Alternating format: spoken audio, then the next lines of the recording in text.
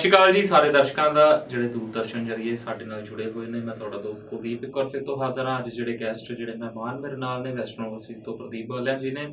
Student visa ਸੰਬੰਧੀ ਕੋਈ ਵੀ ਸਲਾਹ ਲੈਣਾ ਚਾਹੁੰਦੇ ਹੋ, ਆਇਲਸ ਸੰਬੰਧੀ ਕੋਈ ਵੀ ਜਿਹੜੀ ਸਲਾਹ ਲੈਣਾ ਚਾਹੁੰਦੇ ਹੋ, ਕੋਈ ਮਸ਼ਵਰਾ ਕਰਨਾ ਚਾਹੁੰਦੇ ਹੋ, ਨੰਬਰ ਫਲੈਸ਼ ਕੀਤਾ ਜਾਂਦਾ। ਪ੍ਰਦੀਪ ਜੀ ਨਾਲ ਗੱਲ ਕਰ ਸਕਦੇ ਹੋ, ਮਿਲਿਆ ਵੀ ਜਾ ਸਕਦਾ ਹੈ। ਨੇੜਲੇ ਦਫ਼ਤਰ ਵਿੱਚ ਆ ਕੇ ਅਪਾਇੰਟਮੈਂਟ ਲੈ ਕੇ ਤੁਸੀਂ ਰਾਬਤਾ ਕਰਕੇ ਹਰ ਤਰ੍ਹਾਂ ਦੀ ਜਿਹੜੀ ਜਾਣਕਾਰੀ ਲੈ ਸਕਦੇ ਹੋ। ਚੰਦ ਕੁ ਮਿੰਟ ਦਾ ਜਿਹੜਾ ਸਮਾਂ ਰਹੇਗਾ, ਮੇਰੀ ਵੀ ਕੋਸ਼ਿਸ਼ ਰਹੇਗੀ ਵੱਧ ਤੋਂ ਵੱਧ ਸਵਾਲ ਸਾਂਝੇ ਕੀਤੇ ਜਾਣ, ਵੱਧ ਤੋਂ ਵੱਧ ਜਾਣਕਾਰੀ ਜਿਹੜੀ ਤੁਹਾਨੂੰ ਦਿੱਤੀ ਜਾਏ। ਸੋ ਪਹਿਲਾ ਸਵਾਗਤ ਕਰ ਲਈ ਪ੍ਰਦੀਪ ਜੀ ਬਹੁਤ। ਥੈਂਕ ਯੂ ਜੀ, ਥੈਂਕ ਯੂ। ਆਸਟ੍ਰੇਲੀਆ ਤੋਂ ਸ਼ੁਰੂ ਕਰਾਂਗਾ। ਅੱਜ ਕੈਨੇਡਾ ਦਾ ਇਨਟੇਕ ਜਿਹੜਾ ਸਤੰਬਰ ਇਨਟੇਕ ਖਤਮ ਹੋ ਗਿਆ, ਜਨਵਰੀ ਦੇ ਲਈ ਥੋੜਾ ਟਾਈਮ ਪਿਆ। ਸੋ ਆਸਟ੍ਰੇਲੀਆ ਦੀ ਐਡਵਰਟਾਈਜ਼ਮੈਂਟ ਵਧ ਗਈ, ਪਰ ਉਸ ਐਡਵਰਟਾਈਜ਼ਮੈਂਟ ਦਾ ਬੱਚਿਆਂ ਨੂੰ ਫਾਇਦਾ ਹੋਏਗਾ ਜਾਂ ਨਹੀਂ ਹੋਏਗਾ? ਬੱਚਾ ਮਿਸਗਾਈਡ ਕਿਸ ਐਡਵਰਟਾਈਜ਼ਮੈਂਟ ਹੋ ਰਿਹਾ? ਚੰਗੀ ਜਿਹੜੀ ਸਲਾਹ ਕਿਵੇਂ ਦਿੱਤੀ ਜਾ ਰਹੀ? ਕਿਉਂਕਿ ਅੱਜ 4.5 ਬੈਂਡ ਵਾਲੇ ਬੱਚੇ ਨੂੰ ਵੀ ਆਸਟ੍ਰੇਲੀਆ ਦੇ ਲਈ ਐਂਟਰਟੇਨ ਕੀਤਾ ਜਾ ਰਿਹਾ। ਐਡਵਰਟਾਈਜ਼ਮੈਂਟ ਫੇਸਬੁੱਕ ਜ਼ਰੀਏ ਕਹਿ ਲਓ ਜਾਂ टीवी चैनल ਦੇ ਜ਼ਰੀਏ ਕਹਿ ਲਓ, पर एक्चुअल ਦੇ ਵਿੱਚ ਕੀ रिक्वायरमेंट है बच्चों की? देखिए सर, आपने कई क्वेश्चन मिक्स कर दिए हैं। सेकेंडली देखिए, 5 उंगलियां तो बराबर हैं नहीं, सारे इस टाइप की एडवर्टीज़मेंट नहीं कर रहे हैं। लेकिन हाँ, कुछ कंसल्टेंट जो शॉर्टकट मार रहे हैं या ऐसे बंदों को एक ऐसे बंदों को टारगेट कर रहे हैं जो आइल्स नहीं कर पा रहे, या जिनका आइल्स स्कोर कम है, जो ऑलरेडी कहीं ना कहीं से रिफ्यूज हैं, बट वो सपना देखते हैं कि उनको ऑस्ट्रेलिया जाना है, बार ट्राई कर चुके हैं, जी। तो ऐसे स्टूडेंट्स को ये लोग टारगेट करते हैं। हाँ, मार्केट में होनेस्टली ऐसे बंदे बैठे हैं जो इस तरह की छोटी ऐड या you can say like that parameter से नीचे बिलो पैरामीटर से जो एडवर्टीजमेंट करते हैं, उनका टारगेट ये होता है कि ऐसे स्टूडेंट्स को फंसाया जाए और उनसे पैसे हटे जाए। और इसी का लाइव एग्जांपल है कि कुछ टाइम पहले 2-3 कंपनी ऐसी मार्केट में आई थी जो इस तरह की एडवर्टीजमेंट कर रही थी। वो कई करोड़ रुपए लेके स्टूडेंट्स के भाग गए। इवन के जलंधर में इसका लाइव एग्जांपल है, मोहाली में इसका लाइव एग्जांपल है, और पंजाब के डिफरेंट एरियाज़ में इस टाइप के लाइव एग्जांपल हैं जो ऐसे हुए हैं। तो मेरी तो स्टूडेंट्स को यही सजेशंस है कि वो थोड़ा सा रिसर्च करके मार्केट में निकलें। और अगर एक्चुअल सिनेरियो की बात करें, एक्चुअल रियल जो रिक्वायरमेंट है उसकी बात करें, तो जो बच्चे +2 पास हैं, try to get 6 band, even के 5.5 बैंड पे वो बच्चे एलिजिबल हैं अगर उनकी परसेंटेज बहुत अच्छी है। लेकिन अगर 6 बैंड लाइक परसेंटेज अच्छी होनी चाहिए, 65, 70 और 75 इस टाइप की अगर परसेंटेज है, 5.5 बैंड पे भी वीज़ा निकलते हैं। लेकिन फंडिंग भी उन बच्चों के पास होनी चाहिए। वो एजुकेशन लोन एजेंट्स के पीछे ना भागें कि वो फंड दिखाएं। बच्चों के पास अपने 3 महीने पुराने पैसे हों, 5.5 बैंड हो, परसेंटेज बहुत अच्छी हो, तो वो अपनी फ़ाइल लगा सकते हैं। लेकिन आई विल रिकमेंड कि भाई बच्चे 6 बैंड लेके आएँ ताकि वीज़ा सक्सेस रेट थोड़ा सा हाई रहे। जो बच्चे ग्रेजुएट हैं वो try to get 6.5 band, no less than 6, ताकि डायरेक्ट उनका मास्टर्स में एडमिशन हो। अगेन फंडिंग यहाँ बहुत बड़ा रोल अदा करती है। आपको 24-25 लाख के फ़ंड दिखाने हैं in the mode of education loan, FD या सेविंग। GPA PPF नहीं चलता आज की डेट में। GPA PPF अगर किसी के स्टूडेंट्स का स्पॉन्सर का है तो वो पैसे उनको निकाल के नेशनलाइज बैंक में डालने पड़ेंगे, तभी वो चीज़ चलेगी। गोल्ड लोन नहीं चलता है, प्रॉपर्टी सेल है वो नहीं चलती है, वो पैसा आपको पुराना करना पड़ेगा तभी वो पैसा चलेगा। किसी के पास अगर कोई सोसाइटी में या कोऑपरेटिव बैंक में या फिर ग्रामीण बैंक में या पोस्ट ऑफिस में पैसा पड़ा है तो वो भी निकाल के प्लीज़ निकाल के मतलब बैंक टू बैंक ट्रांसफ़र करें और उसको अपने नेशनलाइज बैंक में रखें, तब वो पैसा चलेगा। तो यहाँ पे 3-4 चीज़ें हैं जो ऑस्ट्रेलिया में मैटर करती हैं। स्टूडेंट्स की एकेडमिक, स्टूडेंट्स की आइल्स, स्टूडेंट्स की फंडिंग। अगर ये सारी चीज़ें हैं और रिलेवेंट कोर्स के लिए जा रहा है, चंगा कंसल्टेंट अगर वो हायर करते हैं तो वीज़ा सक्सेस रेट हाई रहेगा। सिस्टम ਵਿੱਚ ਬਦਲਾਅ ਕੀਤਾ ਗਿਆ ਸੀ, SSVF ਆਇਆ ਇੰਡੀਆ ਨੂੰ ਜਦੋਂ ਅਸੈਸਮੈਂਟ ਲੈਵਲ 3 ਦੇ ਵਿੱਚ ਰੱਖਿਆ ਕੈਟਾਗਰੀ ਜੇਕਰ ਦੇਖੀਏ। ਕਾਫੀ ਸਾਰੇ ਕਾਲਜਸ, ਕਾਫੀ ਸਾਰੀ ਯੂਨੀਵਰਸਿਟੀਜ਼ ਹੁਣ ਚੇਂਜ ਕੀਤੀਆਂ ਗਈਆਂ। 1 ਵਾਲੇ 3 ਵਿੱਚ ਆ ਗਏ, ਕੋਈ ਚੰਗੇ ਸੀ ਉਹ ਅਪ ਵੀ ਹੋਏ।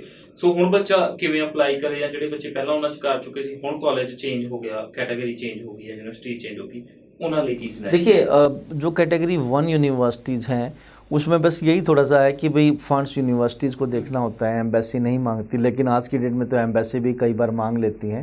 तो ये बहुत बड़ा डिफरेंस नहीं है कि कैटेगरी 1 है या कैटेगरी 2 है या कैटेगरी 3 है। बच्चे के पास अगर चंगा स्कोर है, आइल्स में स्कोर अच्छा है, इसके अलावा उसकी ओवरऑल परसेंटेज अच्छी है और फंडिंग है, बच्चे के पास ठीक ठाक है, तो वो चाहे कैटेगरी 2 में डाले, चाहे 3 में डाले, चाहे 1 में डाले, उस बच्चे का वीज़ा निकलता है। जी। तो मैं तो ये रिकमेंड करूँगा इन 3 चीज़ों पे जोर दिया जाए। पहला, आपका एकेडमिक स्कोर अच्छा हो, आईएलटीएस में स्कोर अच्छा हो, इसके अलावा फंडिंग आपके पास और एक चंगा कंसल्टेंट हो जो आपकी नैया पार उतार सके। ये 3-4 चीज़ें मिलके एक बच्चे का वीज़ा आराम से निकल जाता है, चाहे कोई भी यूनिवर्सिटी कोई भी कॉलेज हो। ਕਾਲਜ ਦੀ ਜਦੋਂ ਗੱਲ ਚੱਲਦੀ ਹੈ ਬੱਚੇ ਕੋਲ ਆਪਸ਼ਨਸ ਹੁੰਦੀਆਂ ਨੇ, ਪ੍ਰਾਈਵੇਟ ਕਾਲਜ ਅਪਲਾਈ ਕੀਤਾ ਜਾਏ, ਟੇਫ ਕਾਲਜ ਯਾਨੀ ਸਰਕਾਰੀ ਕਾਲਜ ਵਿੱਚ ਅਪਲਾਈ ਕਰਨ ਜਾਂ ਯੂਨੀਵਰਸਿਟੀ ਵਿੱਚ ਅਪਲਾਈ ਕਰਨ, ਵੀਜ਼ਾ ਸਕਸੈਸ ਰੇਟ ਕਿੱਥੇ ਨਿਕਲ ਕੇ ਆਉਂਦਾ ਹੈ? ਕੁਝ ਕਾਲਜ ਇਸ ਤਰ੍ਹਾਂ ਦੇ ਨੇ ਜਿਹੜੇ 5.5 ਬੈਂਡ ਦੇ ਬੱਚਿਆਂ ਨੂੰ ਐਡਮਿਸ਼ਨਸ ਦੇ ਲਈ ਅਲਾਉ ਕਰ ਦਿੰਦੇ ਨੇ ਪਰ ਵੀਜ਼ਾ ਨਹੀਂ ਨਿਕਲਦਾ। ਕੀ ਦੇਖਦੇ ਹੋ ਤੁਸੀਂ ਕਾਲਜ ਕਿਉਂ ਉਹਨਾਂ ਨੂੰ ਜਦੋਂ ਇੱਕ ਅਪਰੂਵਲ ਦੇ ਰਿਹਾ, ਜਦੋਂ ਐਮਬੈਸੀ ਨੇ ਰਿਜੈਕਟ ਕਰ ਦੇਣਾ, ਪਤਾ ਵੀ ਹੁੰਦਾ, ਕੀ ਦੇਖਦੇ ਹੋ ਤੁਸੀਂ ਇਸ ਚੀਜ਼ ਤੇ? देखो कुलदीप जी, अभी ना पीछे 5.5 बैंड पे मेरा गवर्नमेंट कॉलेज टेप कंगन का वीज़ा आया है। तो मैं तो यही रिकमेंड करता हूँ, जो बच्चे अगर प्रोफाइल अच्छी होती है ना, अगर स्कोर थोड़ा सा कम हो तो हम उसको पहले रिकमेंड करते हैं कि वो गवर्नमेंट कॉलेज में जाएं।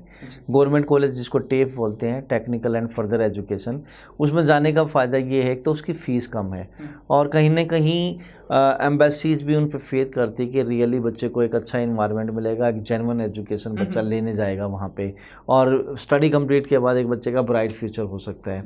तो मैं तो यही रिकमेंड करता हूँ कि टेफ में आप जाएं गवर्नमेंट कॉलेज में, या फिर आप यूनिवर्सिटी लें, या फिर आपने प्राइवेट कॉलेज आप ले रहे हैं तो अच्छा कॉलेज जो कैटेगरी 2 या कैटेगरी 1 कॉलेज है उसमें आप अप्लाई करें। बट अगेन मेरा जो झुकाव सबसे ज़्यादा रहता है वो टेफ की तरफ रहता है, गवर्नमेंट कॉलेज की तरफ रहता है, क्योंकि वहाँ पे चांसेस बच्चे के हाई होते हैं, बच्चे के वीज़ाज भी निकलते हैं और एक जेन्युइन स्टूडेंट्स ही कॉलेज मांगता है। जी। सो ਆਸਟ੍ਰੇਲੀਆ ਨੂੰ ਲੈ ਕੇ ਵੈਸਟਰਨ ਓਵਰਸੀਜ਼ ਦਾ ਕਾਫੀ ਤਜਰਬਾ ਰਿਹਾ, ਕਾਫੀ ਵਾਰ ਇਸ ਮੰਚ ਜ਼ਰੀਏ ਜਾਂ ਹੋਰ ਵੀ ਕਾਫੀ ਚੈਨਲਸ ਦੇ ਜ਼ਰੀਏ ਤੁਸੀਂ ਦੇਖਿਆ ਹੋਵੇਗਾ ਟੇਪ ਕਾਲਜਸ ਦੇ ਜਿਹੜੇ ਨੁਮਾਇੰਦੇ ਪ੍ਰਦੀਪ ਸਰ ਦੇ ਨਾਲ ਆਉਂਦੇ ਰਹਿੰਦੇ ਨੇ, ਤੁਹਾਡੇ ਰੂਬਰੂ ਹੁੰਦੇ ਨੇ, ਹਰ ਤਰ੍ਹਾਂ ਦੀ ਜਾਣਕਾਰੀ ਦਿੰਦੇ ਨੇ, ਚਾਹੇ ਉਹ ਸੈਮੀਨਾਰਸ ਦੀ ਗੱਲ ਕਰੀਏ ਉੱਥੇ ਵੀ ਕਾਲਜ ਦੇ ਜਿਹੜੇ ਨੁਮਾਇੰਦੇ ਮੌਜੂਦ ਰਹਿੰਦੇ ਨੇ। ਸੋ ਆਸਟ੍ਰੇਲੀਆ ਸੰਬੰਧੀ ਕੋਈ ਵੀ ਸਵਾਲ, ਕੋਈ ਵੀ ਟੈਕਨੀਕਲ ਚੀਜ਼ ਜਾਣਨਾ ਚਾਹੁੰਦੇ ਹੋ, ਨੰਬਰ ਫਲੈਸ਼ ਕੀਤਾ ਜਾ ਰਿਹਾ, ਇਸ ਨੰਬਰ ਦੇ ਉੱਤੇ ਕਾਲ ਕਰਕੇ ਤੁਸੀਂ ਸਾਰੀ ਜਾਣਕਾਰੀ ਜਿਹੜੀ ਲੈ ਸਕਦੇ ਹੋ।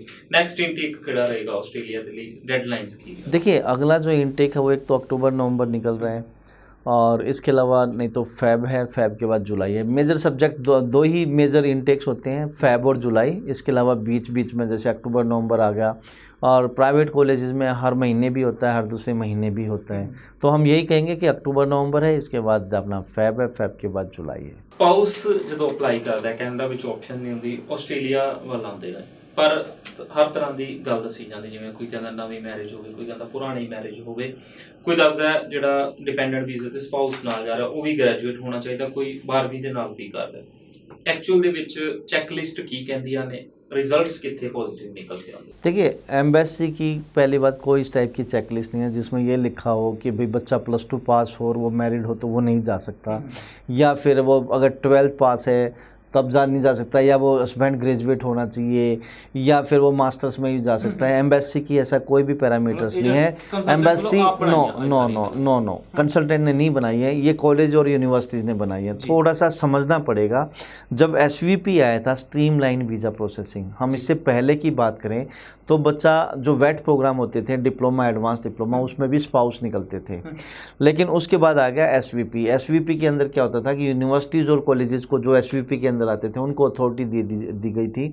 तो वहाँ पे फिर कॉलेज के अपना वीज़ा सक्सेस रेट हाई रखने के लिए, क्योंकि एकदम फ्लड आया, बहुत ज़्यादा बच्चे जाने लगे थे SVP के अंदर, तो यूनिवर्सिटीज़ और कॉलेजेस ने या फिर अपना जो टेफ कॉलेजेस ने, उन्होंने इमिग्रेशन से थोड़ा बहुत बात करके किस टाइप की पॉजिटिव प्रोफाइल होती है, किस टाइप की नहीं होती है, तो उन्होंने हर एक कॉलेज ने अपना पैरामीटर सेट कर लिया।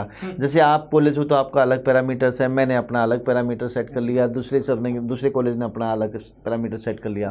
तो ऐसा एम्बेसी का कोई पैरामीटर नहीं था कि +2 पास है, स्पाउस नहीं हो सकता, या 6 महीने पुरानी हो या साल पुरानी हो। वो यूनिवर्सिटीज और कॉलेज के वो पैरामीटर्स थे। तो हमने वेट प्रोग्राम जो डिप्लोमा में जा रहे हैं उसमें भी स्पाउस वीज़ा देखे हैं, हमने लगवाए हैं, और मास्टर्स में भी लगवाए हैं, बैचलर्स में भी लगवाए हैं। लेकिन वो डे बाई डे कॉलेजेस आप अपना एंट्री क्राइटेरिया स्ट्रिक्ट करते चले गए। वही फिर SSVF आया, सिंप्लीफाइड स्टूडेंट वीज़ा फ्रेमवर्क, जो अब भी है उसमें भी सेम है। एम्बेसी कुछ नहीं बोलती। एम्बेसी तो अगर कॉलेज या यूनिवर्सिटी ऑफर लेटर COE दे देती है, फाइल लगती है और एम्बेसी को लगता है कि जेन्युइन चंगी प्रोफाइल है, तो वीज़ा निकलते हैं, चाहे वो बच्चा अंडरग्रेजुएट प्रोग्राम के लिए जा रहा है या मास्टर्स के लिए जा रहा है। लेकिन यूनिवर्सिटीज़ और कॉलेज अपना सक्सेस रेट हाई रखने के लिए उन्होंने अपने पैरामीटर सेट कर दिए हैं कि जी हमें 6 महीने पुरानी चाहिए, कोई बोलता है 6 साल पुरानी चाहिए। अदरवाइज देखा जाए, मर्डॉक यूनिवर्सिटी है, पर्थ में, वो उनको उसको कोई प्रॉब्लम ही नहीं है कि चाहे एक दिन पुरानी भी मैरिज हो, they are giving the COE और उसका बच्चों के वीज़ा भी लगते हैं। लेकिन उसके दूसरी साइड अगर देखें तो कुछ यूनिवर्सिटी साल पुरानी मांग रही हैं, कुछ यूनिवर्सिटीज़ 6 महीने पुरानी मांग रही हैं। तो ये सारा यूनिवर्सिटीज़ का अपना अपना टेस्ट है, अपना अपना एंट्री क्राइटेरिया है, किसी एजेंट्स का इसमें कोई रोल नहीं है। जैसे यूनिवर्सिटी जो एंट्री क्राइटेरिया है उसके हिसाब से हम बच्चों को मतलब बच्चा यूनिवर्सिटी या कॉलेज चेंज करके ऑप्शन ला सकता है कितने में?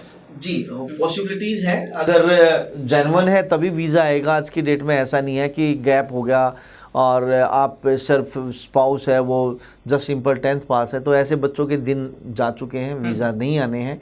लेकिन वो जो अगर इस टाइप की प्रोफाइल है तो कोई बहुत कम ऑप्शंस हैं, ज़्यादा ऑप्शंस नहीं है। अच्छे ऑप्शंस हर एक यूनिवर्सिटी के पास ऑप्शंस है, लेकिन अच्छे स्टूडेंट्स चाहिए जिसमें बच्चा ग्रेजुएट हो, उसका स्पाउस भी ग्रेजुएट हो और फंडिंग पुरानी हो, तो वो उसका हर जगह पे ऑफर लेटर आ सकता है। 1 मिनट का समय बचा, आखिरी सवाल ਜਾਂਦੇ ਜਾਂਦੇ फीस ਪਹਿਲਾਂ ਜਿਹੜੀ ਬੱਚੇ ਨੂੰ ਦੇਣੀ ਪਏਗੀ ਜਾਂ ਬਾਅਦ ਵਿੱਚ ਦੇਣੀ ਪਏਗੀ? ਐਡਵਰटाइजमेंट ਦੋਵੇਂ ਤਰ੍ਹਾਂ ਦੀ। देखिए अगेन बढ़िया क्वेश्चन है। जो एज पर द एम्बेसी आपको COE पहले लेनी पड़ेगी, और COE कैसे मिलेगी? आपको पैसे पे करके, ट्यूशन फीस पे करके। तो रूल तो यही बोलता है कि ऑफर लेटर आएगा, फ़ी पे करो, COE आएगी, फाइल एम्बेसी में लगाओ, वीज़ा लगेगा। लेकिन कुछ कॉलेजेस ऐसे मार्केट में आ गए हैं, कुछ कॉलेजेस, वो कॉलेजेस जो सिर्फ शॉर्टकट मार रहे हैं या शॉर्ट टर्म के लिए हैं, बच्चे चाहिए उनको। कोई नया कॉलेज आ गया जिसकी कॉलेज की पुअर प्रोफाइल है, जिसको इंटरनेशनल स्टूडेंट चाहिए, लगता है कि भाई इंटरनेशनल स्टूडेंट्स के बगैर उनका गुजारा नहीं हो रहा है, कहीं ना कहीं वो सर्वाइव करने के लिए इस टाइप के शॉर्टकट मार रहे हैं। लेकिन रूल यही है कि 6 महीने की रूल मुताबिक चल के ही रिजल्ट्स निकलेंगे। शुक्रिया, धन्यवाद सर। माफी चाहांगा समा खत्म होने करके ਜਿਹੜਾ ਚਰਚਾ ਨਹੀਂ ਵਧਾ ਸਕਾਂਗੇ। ਤੁਹਾਡੇ ਲਈ ਸਮਾਂ ਨਹੀਂ ਖਤਮ ਹੋਇਆ, ਨੰਬਰ ਫਲੈਸ਼ ਕੀਤਾ ਜਾ ਰਿਹਾ। ਵੈਸਟਰਨ ਓਵਰਸੀਜ਼ ਨਾਲ ਕਿਸੇ ਵੀ ਵੇਲੇ ਰਾਬਤਾ ਕੀਤਾ ਜਾ ਸਕਦਾ ਹੈ। ਪ੍ਰੋਗਰਾਮ ਨੂੰ ਖਤਮ ਕਰਦੇ ਹਾਂ, ਮੈਨੂੰ ਦਿਓ ਇਜਾਜ਼ਤ। ਧੰਨਵਾਦ।